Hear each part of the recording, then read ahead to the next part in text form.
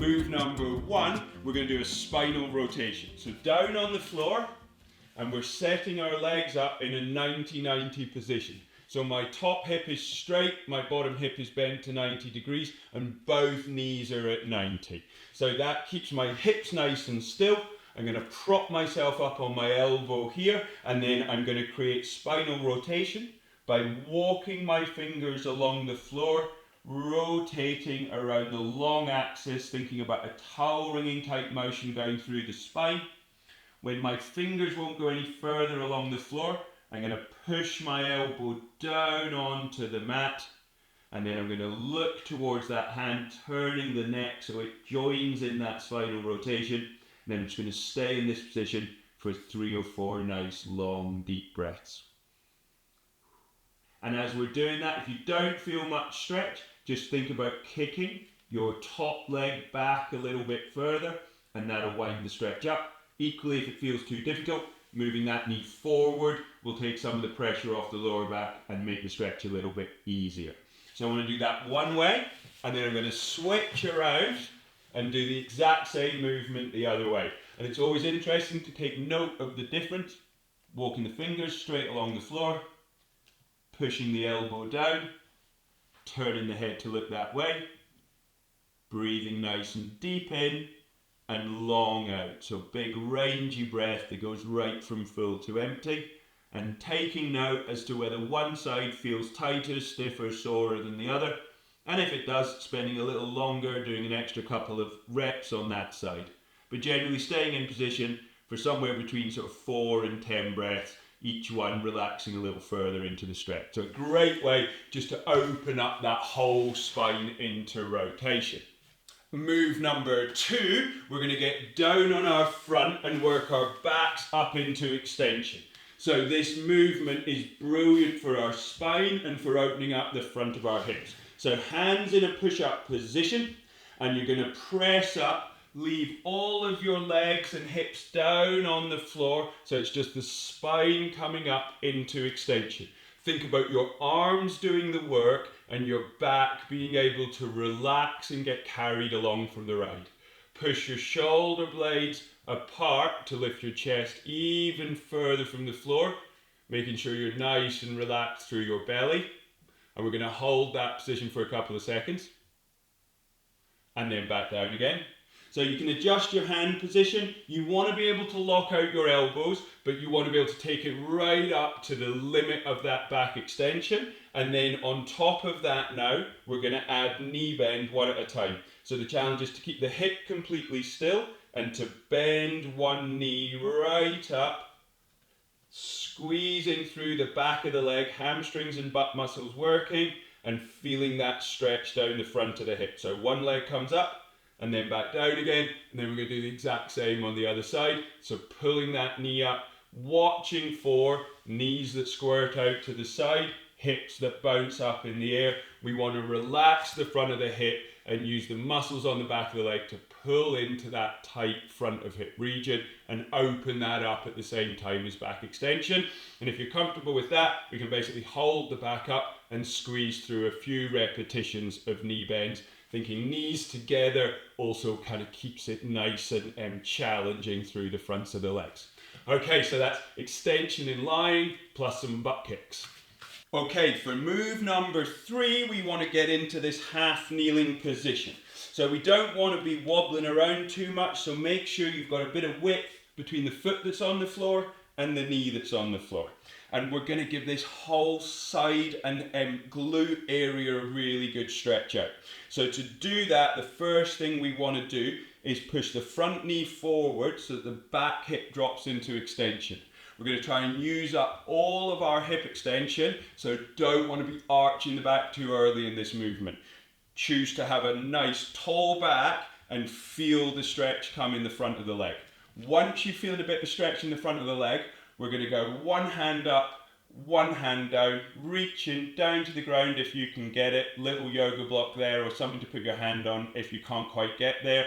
And then I'm just going to relax into that position, head goes over to the side, hand reaches up towards the ceiling, hip squeezes into extension. I'm just going to open that up and breathe into it 3 or 4 times.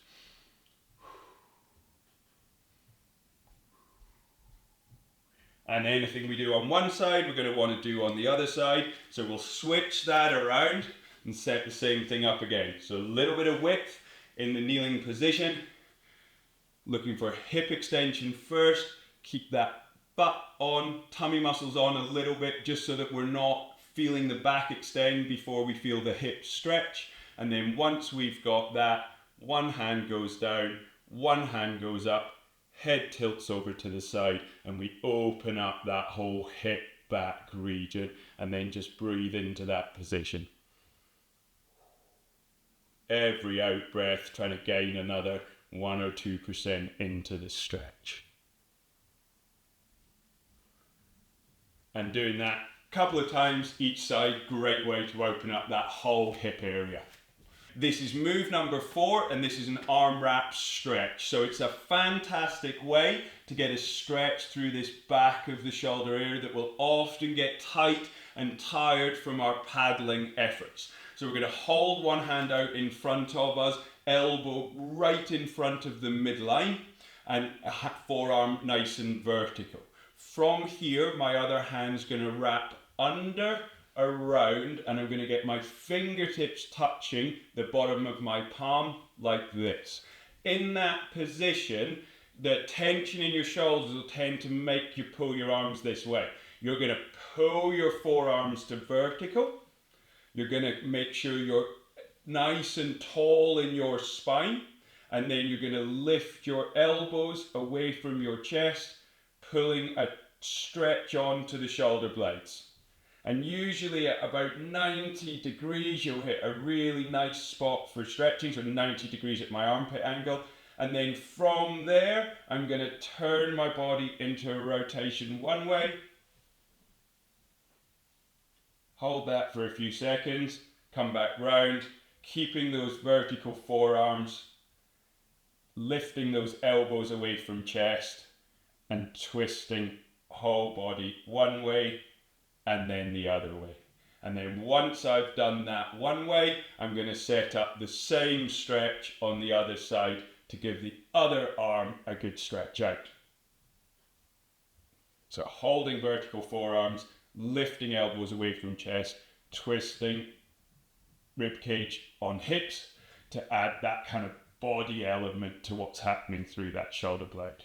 So a really nice way to stretch out all those connected bits of tissue around the mid-back and the shoulder blade that are so important to us as surfers. So that's an arm wrap with a twist.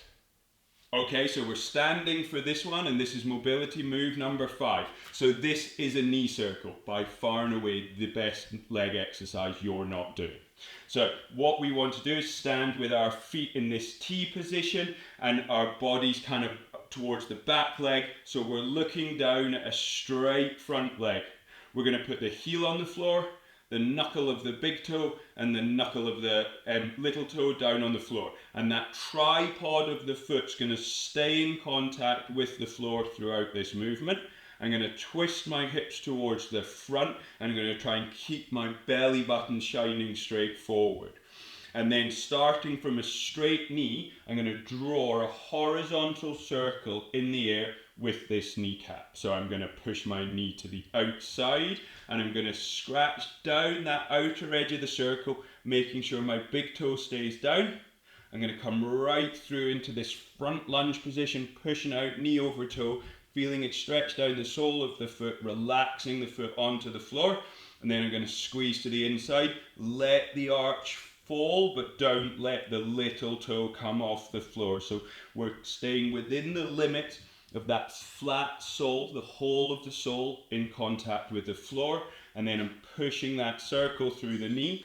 So we do that 3 or 4 nice slow circles in one direction, 3 or 4 in the other direction, and then obviously we're going to switch that around and carry out the exact same thing on the other side of the body. So plant the foot, find that straight leg position, and then from there start up the biggest circle you can draw, keeping the whole of the sole flat to the floor.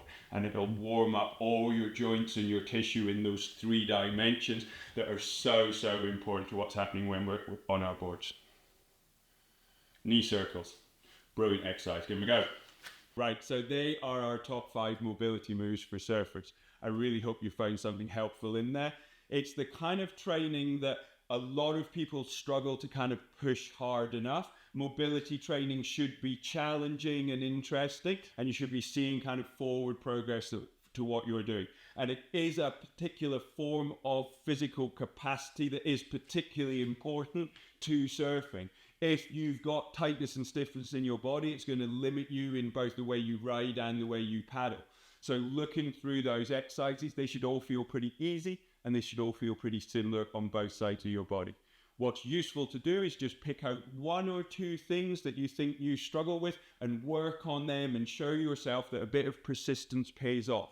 Just a couple of minutes, a couple of times a week, doing the same exercise is more than enough to make progress. With this type of training, people always expect more than they deserve after doing it 5 or 10 times, but they're amazed by the progress they can make if they can just stick at it. Do an exercise you're really bad at like this 100 times and you'll go from novice to expert within that particular movement. So stick at it, enjoy the process, and we'll see you in the water.